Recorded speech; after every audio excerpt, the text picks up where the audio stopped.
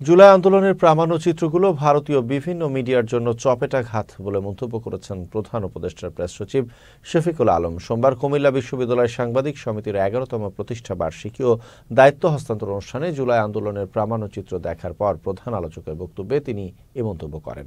কুমিল্লা বিশ্ববিদ্যালয়ের virtual conference রুমে আয়োজিত অনুষ্ঠানে প্রধান অতিথি ছিলেন বিশ্ববিদ্যালয়ের উপাচার্য অধ্যাপক ডক্টর মোহাম্মদ হায়দার আলী। বিশেষ অতিথি ছিলেন উপ উপাচার্য অধ্যাপক ডক্টর মাসুদা কামাল ও কোষাধ্যক্ষ অধ্যাপক ডক্টর মোহাম্মদ সোলাইমান। কুমিল্লা বিশ্ববিদ্যালয়ের সাংবাদিক সমিতির সভাপতি জুবায়ের রহমানের সভাপতিত্বে অনুষ্ঠানে বিশেষ আলোচক হিসেবে উপস্থিত ছিলেন নেত্র নিউজের editor in chief Tasnim Khalil.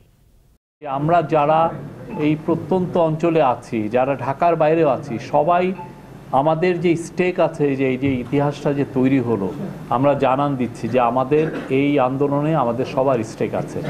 আপনি জানেন, কেউ কেউ বলার চেষ্টা করে যে একজন, আমি নাম বলবো না, একজন হিউম্যান রাইটস অ্যাক্টিভিস্ট, উনি বলেছেন যে ঢাকার বাইরে কিসের আন্দোলন হয়েছে। এই ডকুমেন্টারিগুলো তার প্রমাণ।